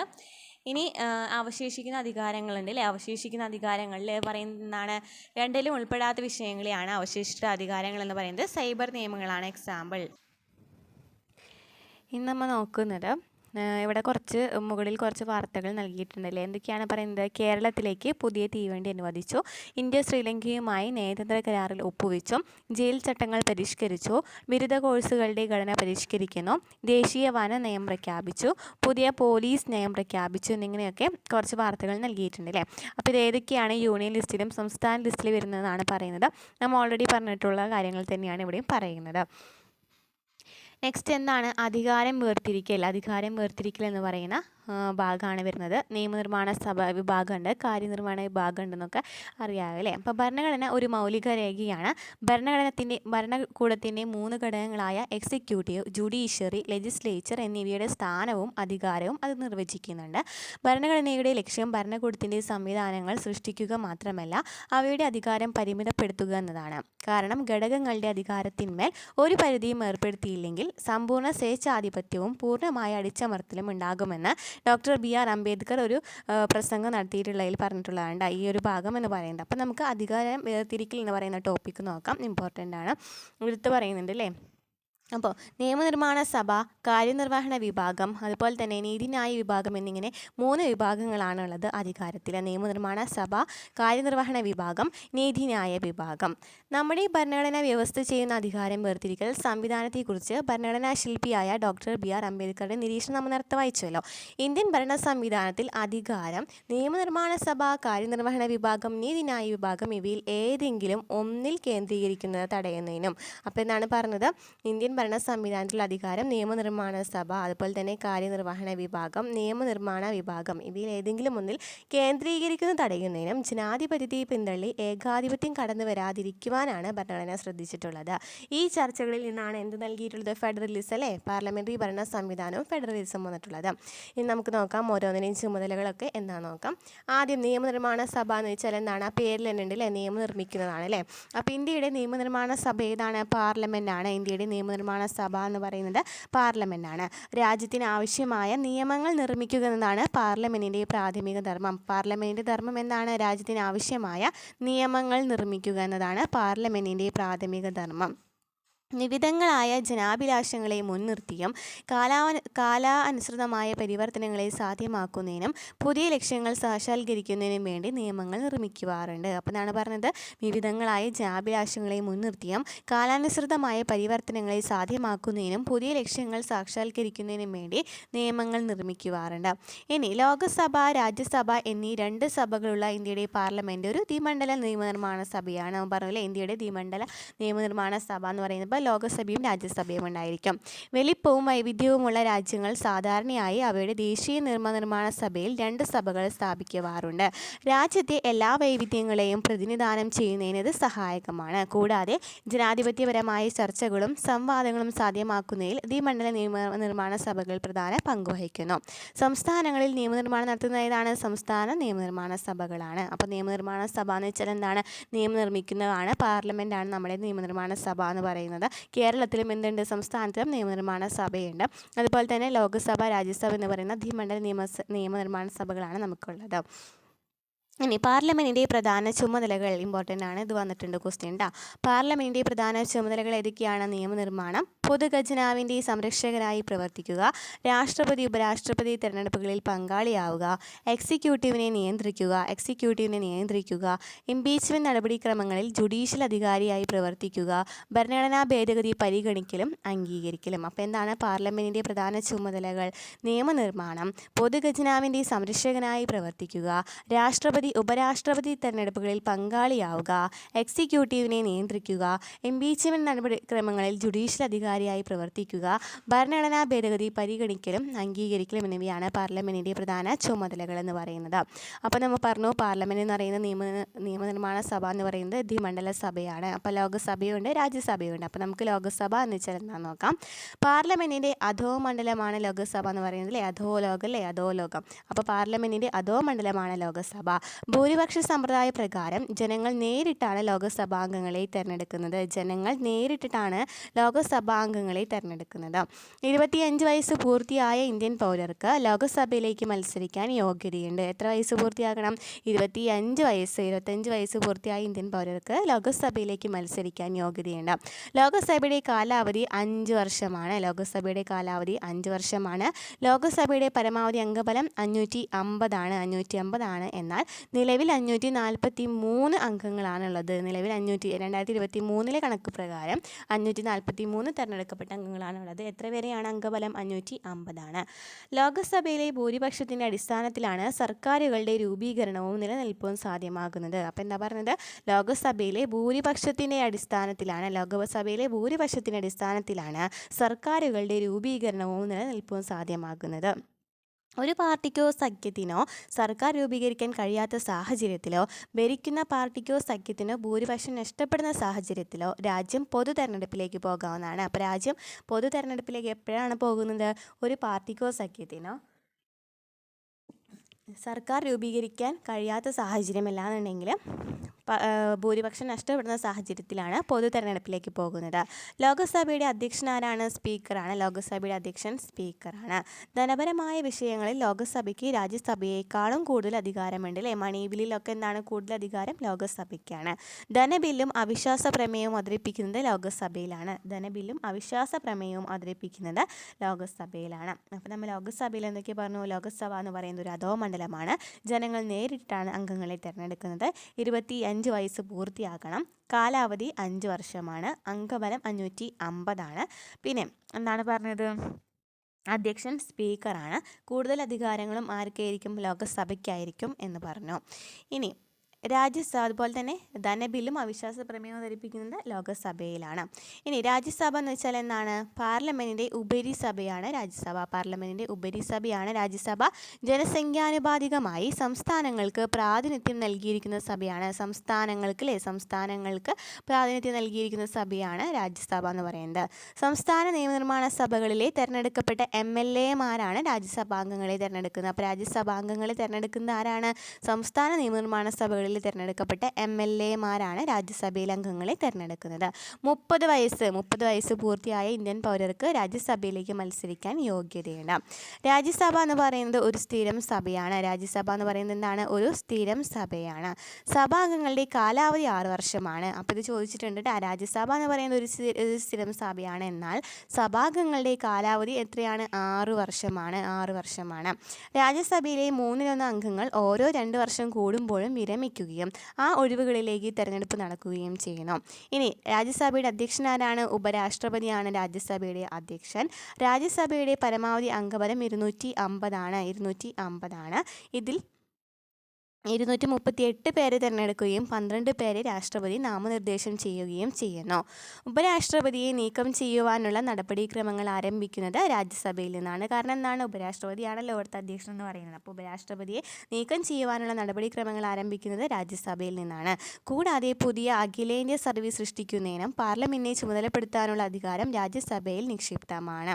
അപ്പോൾ എന്തൊക്കെയാണ് നമ്മൾ രാജ്യസഭയിൽ പറഞ്ഞത്? പാർലമെന്റിൻ്റെ ഉപരിസഭയാണ് രാജ്യസഭ എന്ന് പറയുന്നത്. അതുപോലെ ജനസംഖ്യാനുപാതമായി സംസ്ഥാനങ്ങൾക്ക് MLAമാരാണ് രാജ്യസഭാംഗങ്ങളെ തിരഞ്ഞെടുക്കുന്നത് പറയുന്നത്. സംസ്ഥാനങ്ങൾക്കാണ് പ്രാതിനിധ്യം നൽകുന്നത് ഉപരിസഭയാണ്. പിന്നെ എന്താണ് പറയുന്നത്? എത്ര വയസ്സാണ്? 30 വയസ്സ് പൂർത്തിയാകണം എന്ന് പറഞ്ഞു. പിന്നെ എന്താണ് പറയുന്നത്? രാജ്യസഭ എന്ന് പറയുന്ന ഒരു സ്ഥിരം സഭയാണ്. എന്നാൽ അംഗങ്ങളുടെ കാലാവധി 6 വർഷമാണ് എന്ന് പറഞ്ഞു. പിന്നെ എന്താ പറഞ്ഞത്? ഇവിടുത്തെ ഉപരാഷ്ട്രപതിയാണല്ലേ രാജ്യസഭയുടെ അധ്യക്ഷൻ എന്ന് പറയുന്നത് ഉപരാഷ്ട്രപതിയാണ്. എത്രയാണ് അംഗബലം? 250 അംഗബലം എന്ന് പറയുന്നത്. 238 പേരെ തിരഞ്ഞെടുക്കുകയും 12 പേരെ രാഷ്ട്രപതി നാമനിർദ്ദേശം ചെയ്യുകയും ചെയ്യുന്നു. പിന്നെ പുതിയ അഖിലേന്ത്യാ സർവീസ് സൃഷ്ടിക്കുന്നതിന് പാർലമെന്റിനെ ചുമതലപ്പെടുത്താനുള്ള അധികാരം ആർക്കാണ്? രാജ്യസഭയ്ക്കാണ് എന്ന് പറഞ്ഞു. അപ്പോൾ ഇത്രയൊക്കെയാണ് എന്ന് പറയുന്നത്. രാഷ്ട്രപതി നീക്കം ചെയ്യുന്നതിനുള്ള അധികാരം ആർക്കാണ്? രാജ്യസഭയ്ക്കാണ് എന്ന് പറഞ്ഞു. അപ്പോൾ രാഷ്ട്രപതി നീക്കം ചെയ്യുന്നതിനുള്ള അധികാരം അല്ലേ. അപ്പോൾ ഇതാണ് ലോകസഭയും രാജ്യസഭയും എന്ന് പറയുന്നത്. ക്ലിയർ ആയല്ലോ? ഇനി നിയമനിർമ്മാണം ഇന്ത്യയിൽ എന്ന് പറയുന്നുണ്ട്. ഇന്ത്യയിൽ നിയമം നിർമ്മിക്കുവാനുള്ള അധികാരം പാർലമെൻറ്റിൽ നിക്ഷിപ്തമാണ്. ഇന്ത്യയിൽ നിയമം നിർമ്മിക്കാനുള്ള അധികാരം ആരിലാണ്? പാർലമെൻറ്റിലാണ് നിക്ഷിപ്തം എന്ന് പറയുന്നത്. ഇന്ത്യയിൽ നിയമം നിർമ്മിക്കുവാനുള്ള അധികാരം പാർലമെൻറ്റിലാണ് നിക്ഷിപ്തം. നിയമനിർമ്മാണ പ്രക്രിയയിൽ ഭരണഘടന അനുശാസിക്കുന്നതും പിന്നീട് രൂപപ്പെട്ടു വന്നതുമായ നിരവധി നടപടിക്രമങ്ങളുണ്ട്. നിയമനിർമ്മാണം കേവലം ഒരു സാങ്കേതിക പ്രക്രിയ മാത്രമല്ല, ഒരു രാഷ്ട്രീയ പ്രക്രിയ കൂടിയാണ്. സമൂഹത്തിൻ്റെ വിവിധ കോണുകളിൽ നിന്നുള്ള ജനാഭിപ്രായങ്ങളോട് സർക്കാരിൻ്റെ പ്രതികരണമാണ് നിയമങ്ങൾ എന്ന് പറയുന്നത്. സമൂഹത്തിൻ്റെ വിവിധ കോണുകളിൽ നിന്നുള്ള ജനാഭിപ്രായങ്ങളോട് സർക്കാരിൻ്റെ പ്രതികരണമാണ് നിയമങ്ങൾ. രാഷ്ട്രീയ പാർട്ടികളുടെ തിരഞ്ഞെടുപ്പ് വാഗ്ദാനം പാലിക്കുന്നതിൻ്റെ ഭാഗമായും ഭരണപ്രക്രിയ കൂടുതൽ സുഗമമാക്കുന്നതിനായും നിയമനിർമ്മാണം നടത്തുവാറുണ്ട്. രാഷ്ട്രീയ പാർട്ടികളുടെ തിരഞ്ഞെടുപ്പ് വാഗ്ദാനം പാലിക്കുന്നതിൻ്റെ ഭാഗമായിട്ടും ഭരണപ്രക്രിയ കൂടുതൽ സുഗമമാക്കുന്നതിനായും നിയമനിർമ്മാണം നടത്താറുണ്ട്. നിയമനിർമ്മാണത്തിൽ മന്ത്രിസഭ അംഗീകാരം നൽകിയാൽ ബന്ധപ്പെട്ട മന്ത്രാലയത്തിൻ്റെ മേൽനോട്ടത്തിലും നിർദ്ദേശങ്ങൾക്കനുസൃതമായും ഉദ്യോഗസ്ഥരാണ് നിയമത്തിൻ്റെ കരട് രൂപമായ ബില്ല് തയ്യാറാക്കുന്നത്. അപ്പോൾ ബില്ലുകളെ കുറിച്ചിട്ടാണ് ഇനി പറഞ്ഞു വരുന്നത്. ബില്ലുകൾ വിവിധ തരമുണ്ട്. മന്ത്രിമാർ അവതരിപ്പിക്കുന്ന ബില്ലാണ് ഗവൺമെൻറ് ബില്ല് എന്ന് പറയുന്നത്. അപ്പോൾ മന്ത്രിമാർ അവതരിപ്പിക്കുന്ന ബില്ലിനെയാണെന്ന് പറയുന്നത് ഗവൺമെൻറ് ബില്ല് എന്ന് പറയുന്നത്. മന്ത്രിയല്ലാത്ത പാർലമെൻറ്റ് അംഗം അവതരിപ്പിക്കുന്ന ബില്ലിനെയാണ് സ്വകാര്യ ബില്ലെന്ന് പറയുന്നത്. അപ്പോൾ മന്ത്രിമാർ അവതരിപ്പിക്കുന്ന ബില്ലിനെ ഗവൺമെൻറ് ബില്ല് എന്നും മന്ത്രിമാരല്ലാത്തവർ അവതരിപ്പിക്കുന്ന ബില്ലിനെ സ്വകാര്യ ബില്ല് എന്ന് പറയുന്നു. അപ്പോൾ എന്താണ് ധനബില്ലുകൾ എന്ന് പറയുന്നത്? ധനബില്ലുകൾ എന്ന് വെച്ചാൽ എന്താണ്? പൊതുഖജനാവിലേക്കുള്ള ധനസമാഹരണവും ചെലവഴിക്കലും സംബന്ധിച്ച ബില്ലാണ് ധനബില്ലുകൾ. പൊതുഖജനാവിലേക്കുള്ള ധനസമാഹരണവും ചെലവഴിക്കലും സംബന്ധിച്ച ബില്ലുകളെയാണ് ധനബില്ലുകൾ എന്ന് പറയുന്നത്. അപ്പോൾ ധനബില്ല് എന്ന് പറയുന്നത് ആദ്യമായിട്ട് അവതരിപ്പിക്കുന്നത് എവിടെയാണ്? ലോകസഭയിലാണല്ലേ. ലോകസഭയിലാണ് കൂടുതൽ പ്രാതിനിധ്യം എന്ന് നമ്മൾ നേരത്തെ പറഞ്ഞിട്ടുണ്ടായിരുന്നു. അപ്പോൾ ധനബില്ലിലാണ് ലോകസഭയിലാണ് ആദ്യം അവതരിപ്പിക്കുന്നത്. ധനബില്ലുകളല്ലാത്തവയാണ് ധനേതര ബില്ലുകൾ എന്ന് പറയുന്നത്. അപ്പോൾ ധനബില്ലുകളല്ലാത്തതിന് ധനേതര ബില്ലുകൾ എന്ന് പറയും. ഭരണഘടനാ ഭേദഗതി ബില്ലുകളും സാധാരണ ബില്ലുകളുമാണ് ധനേതര ബില്ലുകളായിട്ട് കണക്കാക്കുന്നത്. അപ്പോൾ ധനേതര ബില്ലുകൾ എന്ന് വെച്ചാൽ എന്താണ്? ധനേതര ബില്ല് എന്ന് വെച്ചാൽ ഭരണഘടനാ ഭേദഗതി ബില്ലുകളും സാധാരണ ബില്ലുകളുമാണ് ധനേതര ബില്ലുകളായിട്ട് കണക്കാക്കുന്നത്. അപ്പോൾ എന്തൊക്കെ പറഞ്ഞു? ബില്ലുകൾ മന്ത്രി അവതരിപ്പിക്കുന്ന ബില്ലിനെ എന്തെന്ന് പറയും? ഗവൺമെൻറ് ബില്ല് എന്ന് പറയും. മന്ത്രി അല്ലാത്ത പാർലമെൻറ്റ് അംഗം അവതരിപ്പിക്കുന്നതിനെ സ്വകാര്യ ബില്ലെന്ന് പറയും. ധനബില്ല് എന്ന് വെച്ചാൽ പൊതുഖജനാവിലേക്കുള്ള ധനസമാഹരണവും ചെലവഴിക്കലും സംബന്ധിച്ച ബില്ലാണ് ധനബില്ല്. ധനബില്ല് ആദ്യം തന്നെ അവതരിപ്പിക്കുന്നത് ലോകസഭയിലാണ്. ധനബില്ല് അല്ലാത്തതിനെയാണ് ധനേതര ബില്ല് എന്ന് പറയുന്നത്. ഭരണഘടനാ ഭേദഗതി ബില്ലുകളും സാധാരണ ബില്ലുകളും ഒക്കെ എന്താണ്? ധനേതര ബില്ലുകളാണ്. ഇനി ഒരു ബില്ല് നിയമമാകുന്നതിന് വിവിധ ഘട്ടങ്ങളുണ്ട്. ഇത് സ്റ്റേറ്റ്മെൻറ്റ് ക്വസ്റ്റ്യൻ ചോദിച്ചിട്ടുണ്ട് അല്ലേ? തരംതിരിക്കാനോ എന്തുവായിരുന്നു, ചേരുംപടി ചേർക്കാനോ അങ്ങനെ എന്തോ ക്വസ്റ്റ്യൻ ചോദിച്ചിട്ടുണ്ടായിരുന്നു. അപ്പോൾ എന്തൊക്കെയാണ് ഒരു ബില്ല് നിയമമാകുന്നതിൻ്റെ വിവിധ ഘട്ടങ്ങൾ എന്ന് പറയുന്നത്? ഒന്നാം വായനയാണ് ഫസ്റ്റത്തെ ഘട്ടം എന്ന് പറയുന്നത്. ധനബിൽ അല്ലാത്ത ഏതൊരു ബില്ലും ഇരുസഭകളിൽ ഏതെങ്കിലും ഒന്നിൽ മന്ത്രിയോ സ്വകാര്യ അംഗമോ അവതരിപ്പിക്കുന്നു. ഒന്നാം വായന എന്ന് വെച്ചാൽ എന്താണ്? ധനബിൽ അല്ലാത്ത ഏതൊരു ബില്ലും ഇരുസഭകളിൽ ഏതെങ്കിലും ഒന്നിൽ മന്ത്രിയോ സ്വകാര്യ അംഗമോ അവതരിപ്പിക്കുന്നു. ഇനി എന്താണ് രണ്ടാം വായന?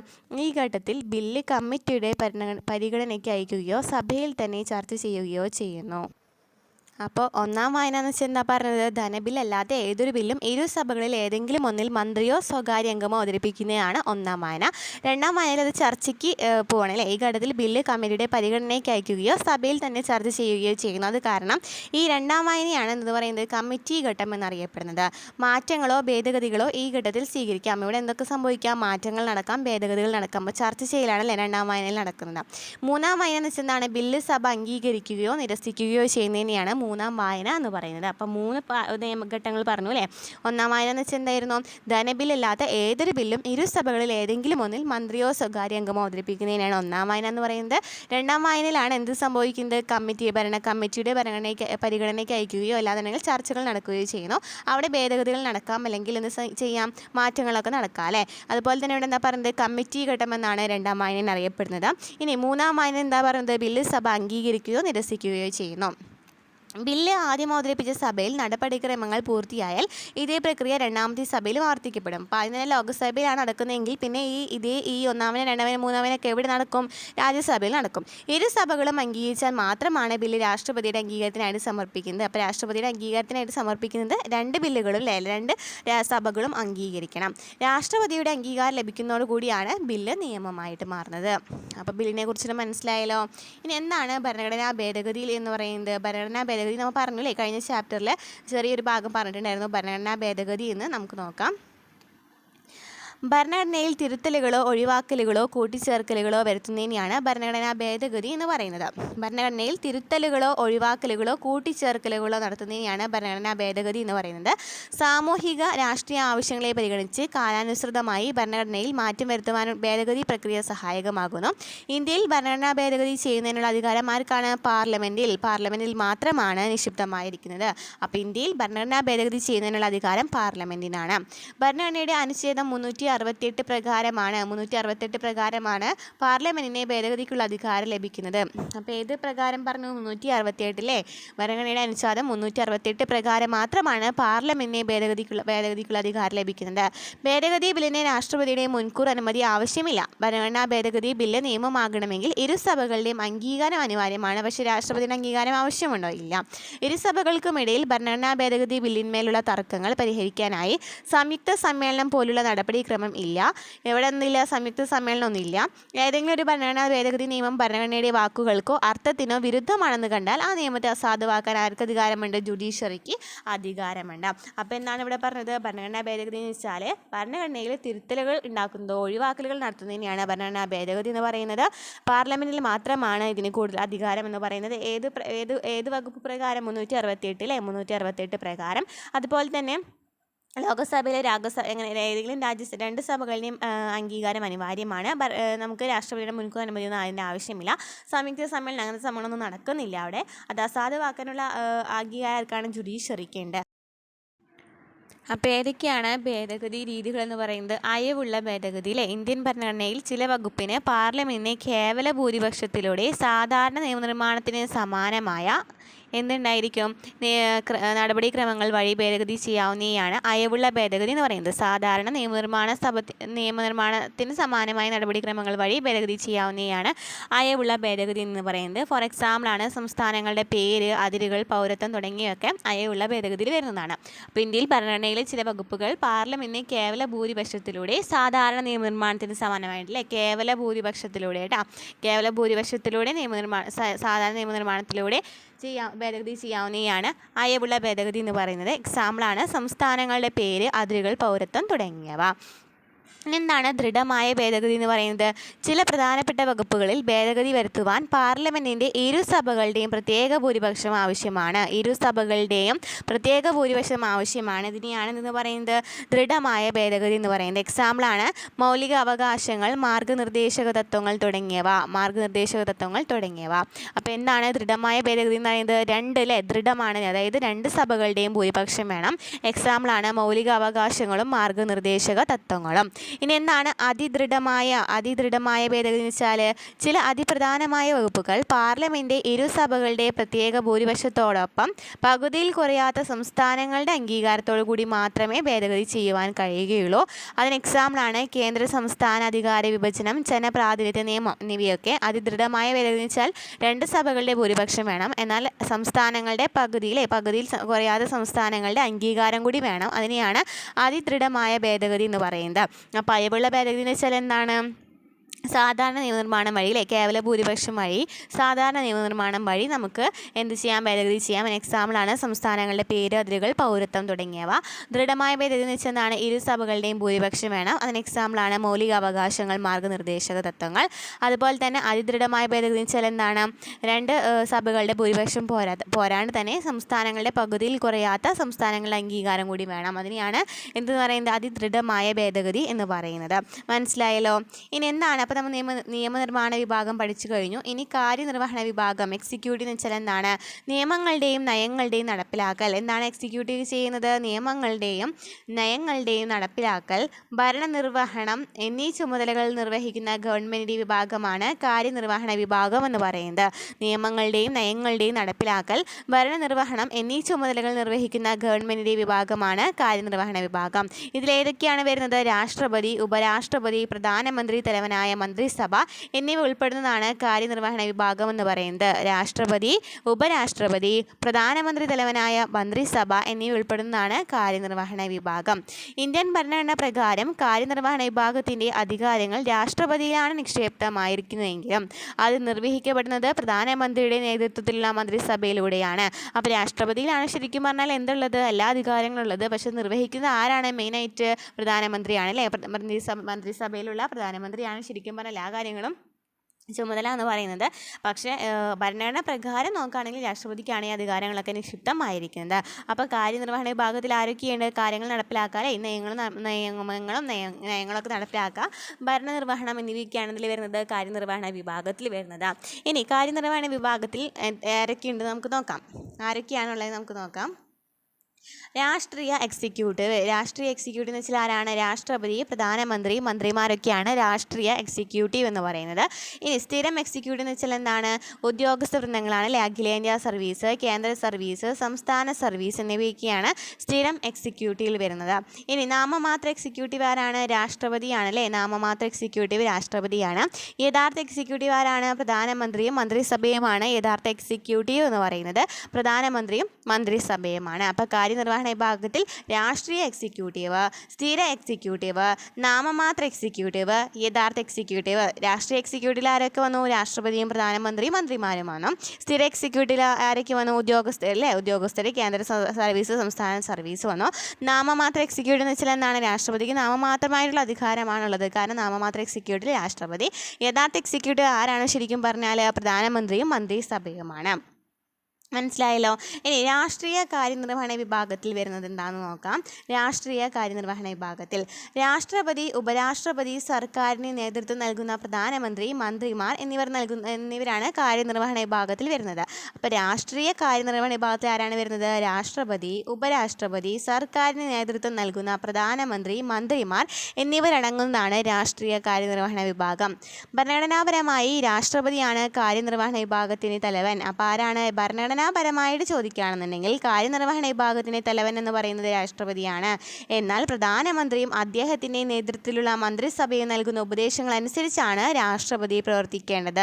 അതേസമയം രാഷ്ട്രപതിക്ക് സ്വന്തം വിവേചനാധികാരം ഉപയോഗിച്ച് പ്രവർത്തിക്കാവുന്ന സാഹചര്യങ്ങളും ഉണ്ട്.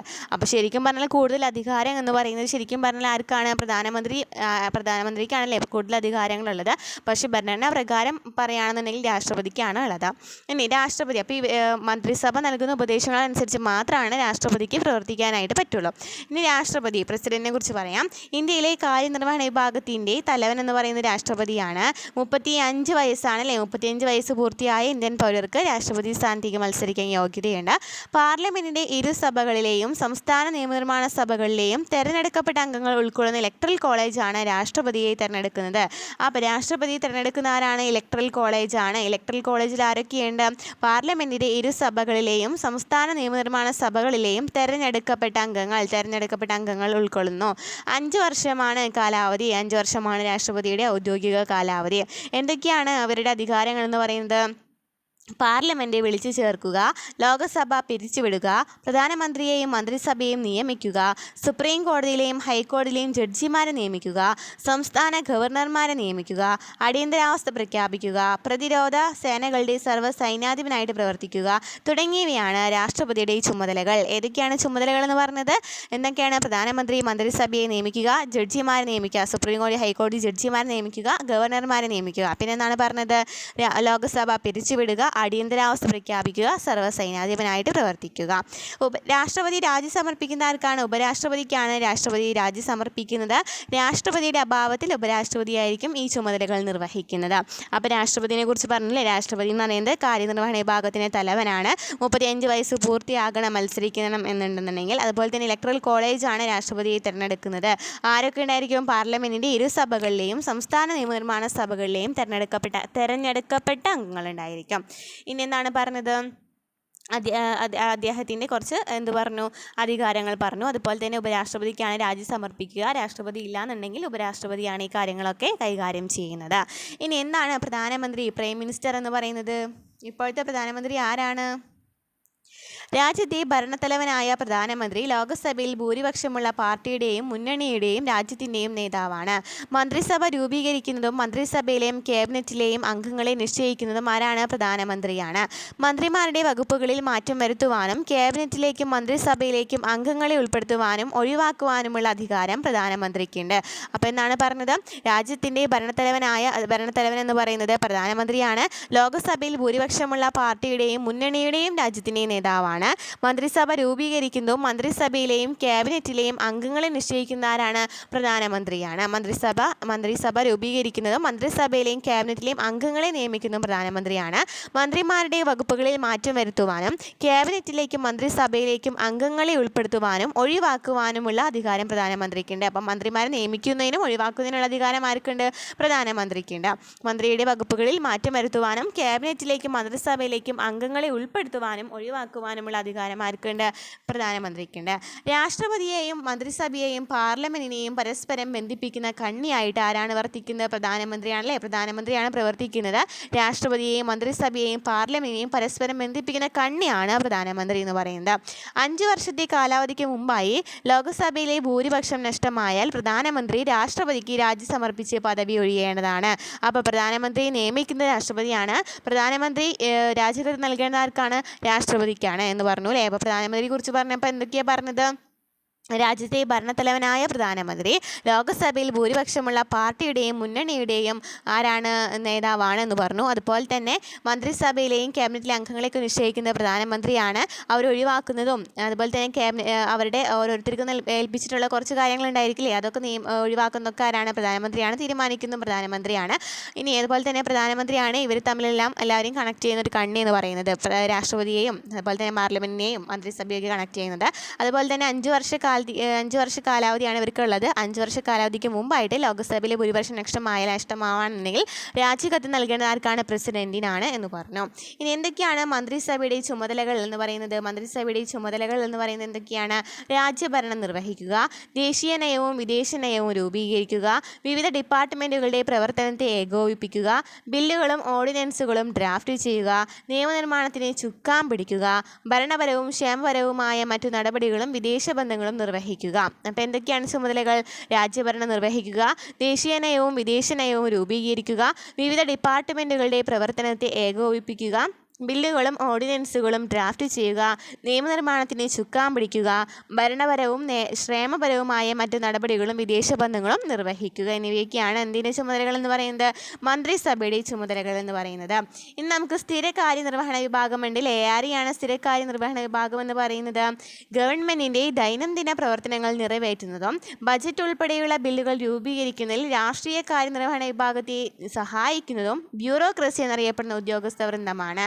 യോഗ്യതയുടെ അടിസ്ഥാനത്തിൽ മത്സര പരീക്ഷകളിലൂടെ തിരഞ്ഞെടുക്കപ്പെടുകയും പരിശീലനം ലഭിക്കുകയും ചെയ്യുന്ന വൈദഗ്ധ്യമുള്ളവരും നിപുണരുമായ വിഭാഗമാണ് ഇവർ. നിശ്ചിത റിട്ടയർമെൻറ്റ് പ്രായം വരെ കാലാവധി ഉള്ളവരാകയാലാണ് ഇവർ സ്ഥിരകാര്യ നിർവഹണ വിഭാഗം എന്നറിയപ്പെടുന്നത്. അതായത് PSCയിലൊക്കെ നിയമനം നടക്കുന്നില്ലേ, PSCയിൽ നടക്കുന്ന കുറേ ജോബുകളുണ്ടല്ലോ, LDC, ലാസ്റ്റ് ഗ്രേഡ് പോലെയുള്ള പല ജോബുകളുണ്ടല്ലോ. അപ്പോൾ ഇവരെയൊക്കെയാണല്ലേ ഈ ഉദ്യോഗസ്ഥ വൃന്ദത്തെയാണ് ഇവരെന്ന് പറയുന്നത് എന്താണ്? സ്ഥിരകാര്യ നിർവഹണ വിഭാഗം എന്നാണ് ഇവരെ പറയുന്നത്. കാരണം എന്താണ്? ഇവർ സ്ഥിരമായിട്ട് നിയമിക്കുകയാണല്ലേ ചെയ്യുന്നത്. അതുപോലെ തന്നെ എന്താണ് ഇവിടെ നമ്മൾ പറഞ്ഞത്? ബ്യൂറോക്രസി എന്നാണ് ഈ ഉദ്യോഗസ്ഥ വൃന്ദത്തെ അറിയപ്പെടുന്നത്. ബ്യൂറോക്രസി എന്നാണ് പറയുന്നത്. അതുപോലെ തന്നെ ഈ ബജറ്റ് ഉൾപ്പെടെ അതുപോലെ തന്നെ തെരഞ്ഞെടുപ്പുകൾ എന്നിവരൊക്കെ സഹായിക്കുന്നവരാണ് ഈ ഉദ്യോഗസ്ഥ വൃന്ദമാണ് സഹായിക്കുന്നത്. ഇവരെന്താണ്? മത്സര പരീക്ഷയിലൊക്കെ എന്താണ് തെരഞ്ഞെടുപ്പ് മത്സര പരീക്ഷകളുടെയൊക്കെയാണ് തിരഞ്ഞെടുക്കപ്പെട്ടവരായിരിക്കും അല്ലേ, പരിശീലനം ലഭിച്ചിട്ടുള്ളവരായിരിക്കും. നെക്സ്റ്റ് പറയുന്നത് നീതിന്യായ വിഭാഗമാണ്. നമ്മൾ 2 വിഭാഗങ്ങളെക്കുറിച്ച് പറഞ്ഞു. നീതിന്യായ വിഭാഗം ജുഡീഷ്യറി എന്ന് വെച്ചാൽ എന്താണ്? സുപ്രീം കോടതിയും ഹൈക്കോടതിയൊക്കെ വരുന്നത് ഇതിലാണ്, നീതിന്യായ വിഭാഗമാണ് അല്ലേ. മുകളിൽ പറഞ്ഞിരിക്കുന്ന നിയമനിർമ്മാണ കാര്യനിർവഹണ വിഭാഗങ്ങൾ ഭരണഘടന അനുസൃതമായി പ്രവർത്തിക്കുന്നുണ്ടെന്ന് ഉറപ്പുവരുത്താനുള്ള സംവിധാനമാണ് നീതിന്യായ വിഭാഗം എന്ന് പറയുന്നത്. അപ്പോൾ എന്താണ് നീതിന്യായ വിഭാഗം എന്ന് പറയുന്നത്? നമ്മൾ മുകളിൽ കുറച്ച് കാര്യങ്ങളൊക്കെ പറഞ്ഞു അല്ലേ, കാര്യനിർവഹണ വിഭാഗങ്ങൾ പറഞ്ഞു അല്ലേ. അപ്പോൾ ഇവരൊക്കെ ഭരണഘടനാനുസൃതമായിട്ട് പ്രവർത്തിക്കുന്നുണ്ടെന്ന് ഉറപ്പുവരുത്തുന്ന സംവിധാനത്തെയാണ് നീതിന്യായ വിഭാഗം എന്ന് പറയുന്നത്. പൗരരുടെ അവകാശങ്ങൾ സംരക്ഷിക്കുന്നതോടൊപ്പം ഭരണഘടനാ മൂല്യങ്ങളും സംരക്ഷിക്കുന്നു. അതുകൊണ്ട് നീതിന്യായ വിഭാഗം ഭരണഘടനയുടെ കാവലാൾ എന്നാണ് അറിയപ്പെടുന്നത്. നീതിന്യായ വിഭാഗത്തിൽ നിന്നാണ് അറിയപ്പെടുന്നത് ഭരണഘടനയുടെ കാവലാൾ എന്നാണ് അറിയപ്പെടുന്നത്. കാര്യക്ഷമമായ ജനാധിപത്യ വ്യവസ്ഥയ്ക്ക് സ്വതന്ത്രവും നിഷ്പക്ഷവുമായ നീതിന്യായ സംവിധാനം അനിവാര്യമാണ്. അപ്പോൾ നമ്മൾ എന്തൊക്കെയാണ് പറഞ്ഞത്? നമ്മൾ പറഞ്ഞില്ലേ മുകളിൽ കുറച്ച് കാര്യനിർവഹണ വിഭാഗം, പ്രസിഡന്റ്, പ്രധാനമന്ത്രി അങ്ങനെ പറഞ്ഞിട്ടുണ്ടായിരുന്നല്ലോ. അപ്പോൾ ഇവരൊക്കെ കറക്റ്റായിട്ട് ഭരണഘടനയിലെ കാര്യങ്ങളൊക്കെ പാലിക്കുന്നുണ്ടോ എന്ന് നോക്കുന്നത് ആരാണ്? നീതിന്യായ വിഭാഗമാണ്. ഭരണഘടനയുടെ കാവലാളെന്നറിയപ്പെടുന്ന ആരാണ്? നീതിന്യായ വിഭാഗമാണ്. പൗരരുടെ അവകാശങ്ങൾ സംരക്ഷിക്കുന്നതോടൊപ്പം ഭരണഘടനാ മൂല്യങ്ങളും സംരക്ഷിക്കുന്നുണ്ട് എന്ന് പറഞ്ഞു. അപ്പോൾ ഇതൊക്കെയാണ് സുപ്രീം കോടതി, ഹൈക്കോടതികൾ, ജില്ലാ കോടതികൾ, കീഴ്ക്കോടതികൾ എന്നിങ്ങനെയൊക്കെയാണല്ലേ വരുന്നത് നീതിന്യായ വിഭാഗത്തിൽ വരുന്നത്. സുപ്രീം കോടതി, ഹൈക്കോടതി, ജില്ലാ കോടതി, കീഴ്ക്കോടതി. ഇനി എന്താണ് സുപ്രീം കോടതി എന്ന് പറയുന്നത്? സുപ്രീം കോടതി എന്ന് പറയുന്നത് എന്താണ്?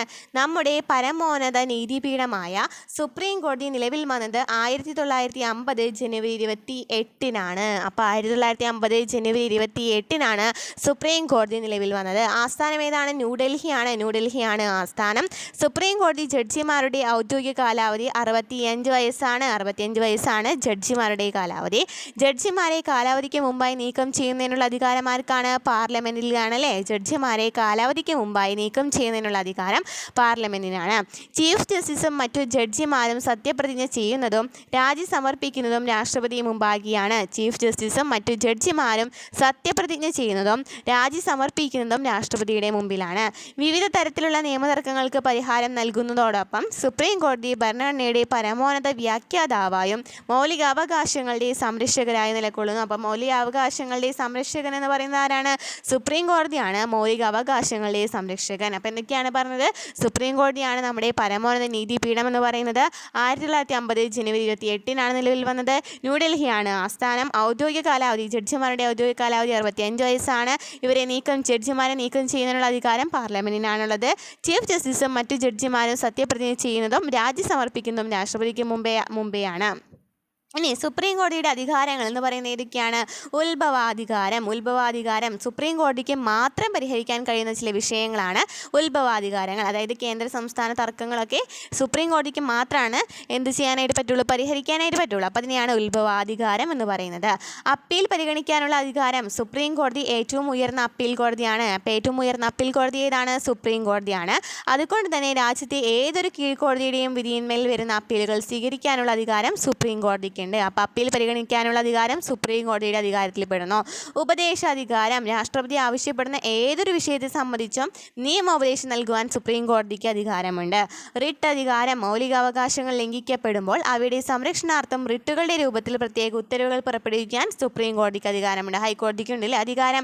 പുനരവലോകനാധികാരം ഭരണഘടനയുടെ സംരക്ഷകർ എന്ന ചുമതല നിർവഹിക്കുന്നതിൽ നീതിന്യായ വിഭാഗത്തിന് ഏറ്റവും കരുത്തായി നിൽക്കുന്നത് അതിൻ്റെ നീതിന്യായ പുനരവലോകനാധികാരമാണ്. അപ്പോൾ എന്തൊക്കെയാണ് അധികാരങ്ങൾ? ഉത്ഭവാധികാരം, അപ്പീൽ പരിഗണിക്കാനുള്ള അധികാരം, ഉപദേശാധികാരം, റിട്ട് അധികാരം, പുനരവലോകനാധികാരം. ഇനി എന്താണ് നീതിന്യായ പുനരവലോകനം എന്നതുകൊണ്ട് ഉദ്ദേശമാക്കുന്നത്? ജുഡീഷ്യൽ റിവ്യൂ എന്ന് വെച്ചാൽ എന്താണ്? പാർലമെൻറ്റ് പാസ്സാക്കുന്ന നിയമങ്ങളുടെയും കാര്യനിർവഹണ വിഭാഗം പുറപ്പെടുവിക്കുന്ന ഉത്തരവുകളുടെയും ഭരണഘടനാ സാധുത പരിശോധിക്കുവാനും അവ ഭരണഘടനയുടെ വാക്കുകൾക്കോ അർത്ഥത്തിനോ വിരുദ്ധമാണെന്ന് ബോധ്യമായാൽ അവയെ ഭരണഘടനാ വിരുദ്ധമാണെന്ന് പ്രഖ്യാപിക്കുവാനുള്ള അധികാരത്തെയാണ് എന്ന് പറയുന്നത് നീതിന്യായ പുനരവലോകനാധികാരം എന്ന് പറയുന്നത്. ജുഡീഷ്യൽ റിവ്യൂ എന്ന് പറയുന്നത് ഭരണഘടനാ വാക്കുകൾക്ക് അർത്ഥത്തിന് വിരുദ്ധമാണോന്നോ അല്ലെങ്കിൽ ഭരണഘടനാ സാധുത പരിശോധിക്കുവാനുള്ള ഇതിനെയാണെന്ന് പറയുന്നത് സുപ്രീം കോടതി അധികാരത്തെയാണ് നീതിന്യായ പുനരവലോകനം എന്ന് പറയുന്നത്. ഇനി പരസ്പര നിയന്ത്രണവും അതുപോലെ തന്നെ അധികാര സന്തുലനവും കുറിച്ചാണ് പറയുന്നത്. ഭരണഘടനാപരമായി ഗവൺമെൻറ്റിൻ്റെ അധികാരങ്ങൾ നിയമനിർമ്മാണം, കാര്യനിർവഹണം, നീതിന്യായം എന്നീ 3 വിഭാഗങ്ങൾക്കായി നമ്മൾ പറഞ്ഞു അല്ലേ, 3 വിഭാഗങ്ങൾക്കായിട്ടാണ് എന്ന് നൽകിയിട്ടുള്ളത്. ഭരണഘടനയുടെ അധികാരം 3 വിഭാഗങ്ങൾക്കാണ് നൽകിയിട്ടുള്ളത്. ഏതൊക്കെയാണ്? നിയമനിർമ്മാണം, കാര്യനിർവഹണം, നീതിന്യായം. എന്നിരുന്നാലും ഇവയ്ക്കിടയിൽ യുക്തിസഹമായ ഒരു പരസ്പര നിയന്ത്രണവും ഏകോപനവും വേണമെന്ന് പറഞ്ഞിട്ടുണ്ട്. അതെങ്ങനെയാണ് എന്നാണ് പറയുന്നത്. ബജറ്റ് പരിഗണിക്കൽ, ചോദ്യോത്തരവേള തുടങ്ങിയ മാർഗങ്ങളിലൂടെ എക്സിക്യൂട്ടീവിനെയും ഇംപീച്ച്മെൻറ്റ് പോലുള്ളവയിലൂടെ ജുഡീഷ്യറിയെയും നിയന്ത്രിക്കുവാൻ പാർലമെൻറ്റിന് കഴിയും. അപ്പോൾ എന്താണ് പാർലമെൻറ്റിനെ കുറിച്ച് പറഞ്ഞേക്കുന്നത്? ബജറ്റ് പരിഗണിക്കൽ, ചോദ്യോത്തരവേള തുടങ്ങിയ മാർഗങ്ങളിലൂടെ എക്സിക്യൂട്ടീവിനെയും ഇംപീച്ച്മെൻറ്റ് പോലുള്ളവയിലെ ജുഡീഷ്യറിയെ നിയന്ത്രിക്കാൻ പാർലമെൻറ്റിന് കഴിയും. നീതിന്യായ പുനരവലോകന അധികാരത്തിലൂടെ ജുഡീഷ്യറിക്ക് പാർലമെൻറ്റിനെയും എക്സിക്യൂട്ടീവിനെയും നിയന്ത്രിക്കാൻ കഴിയും. അതായത് ഇവരെല്ലാവരും കൂടി കണക്റ്റഡ് ആണെന്നാണ് പറയുന്നത്. ഇവർ തമ്മിൽ പരസ്പരം സഹകരിച്ചാൽ മാത്രമാണ് കറക്റ്റായിട്ടുള്ള ഭരണം നിലനിൽക്കുകയുള്ളൂ അല്ലേ. അപ്പോൾ ഇവരെ അങ്ങോട്ടും ഇങ്ങോട്ടും എന്താണ് സഹായിക്കുന്നുണ്ടെന്നാണ് പറയുന്നത്. അതായത് പാർലമെൻറ്റ് ജുഡീഷ്യറിയെ സഹായിക്കുന്നത് ബജറ്റ് പരിഗണിക്കൽ, ചോദ്യോത്തരവേള തുടങ്ങിയ മാർഗങ്ങളിലൂടെ എക്സിക്യൂട്ടീവിനെയും ഇംപീച്ച്മെൻറ്റ് പോലുള്ളവയിലൂടെ ജുഡീഷ്യറി നിയന്ത്രിക്കുകയാണ്. ജുഡീഷ്യറി തിരിച്ചങ്ങോട്ട് എന്താണ് ചെയ്യുന്നത്? നീതിന്യായ പുനരവലോകന അധികാരത്തിലൂടെ ജുഡീഷ്യറിക്ക് പാർലമെൻറ്റിനെയും എക്സിക്യൂട്ടീവിനെ നിയന്ത്രിക്കാൻ കഴിയും. ഇനി എന്താണ് പറയുന്നത്? ബില്ലുകൾക്ക് അംഗീകാരം നൽകൽ, ദയാഹർജി പരിഗണിക്കൽ, ജഡ്ജിമാരുടെ നിയമനം, സ്ഥലം മാറ്റം എന്നിവയിലുള്ളവ എക്സിക്യൂട്ടീവിനെ പാർലമെൻറ്റിനെയും ജുഡീഷ്യറിയെയും ക്രിയാത്മകമായി നിയന്ത്രിക്കാവുന്നതാണ്. അപ്പോൾ ബില്ലുകളെ അംഗീകാരം നൽകൽ, ദയാഹർജി പരിഗണിക്കൽ, ജഡ്ജിമാരുടെ നിയമനം, സ്ഥലം മാറ്റം പോലെയുള്ള എക്സിക്യൂട്ടീവിനെ പാർലമെൻറ്റിനെയും ജുഡീഷ്യറിയെയും ക്രിയാത്മകമായി നിയന്ത്രിക്കാവുന്നതാണ്. അപ്പോൾ അങ്ങോട്ടും ഇങ്ങോട്ടും നിയന്ത്രിക്കാം എന്നാണ് പറഞ്ഞത്. ഇന്ത്യൻ ഭരണഘടന ജനാധിപത്യം എന്ന ഭരണ സംവിധാനത്തെയും മൂല്യത്തെയും അതിൻ്റെ രാഷ്ട്രസങ്കല്പങ്ങളിൽ ഉറപ്പാക്കുന്നു എന്നൊക്കെ പറയുന്നുണ്ട്. അപ്പോൾ ഇതാണ് ഈ ചാപ്റ്ററിൽ പറയുന്നത്. നമ്മൾ ഡീറ്റെയിൽ ആയിട്ട് എടുത്തിട്ടുണ്ടല്ലേ ക്ലാസ് എന്ന് പറയുന്നത്. അപ്പോൾ നന്നായിട്ട് പഠിക്കുക. നമ്മുടെ ക്ലാസ് ഇഷ്ടമായിട്ടുണ്ടെന്നുണ്ടെങ്കിൽ നമ്മളെ സബ്സ്ക്രൈബ് ചെയ്യുക, സപ്പോർട്ട് ചെയ്യുക, ലൈക്ക് ചെയ്യുക കേട്ടോ. അപ്പോഴത്തെ ക്ലാസ്സായിട്ട് നമുക്ക് വീണ്ടും കാണാം.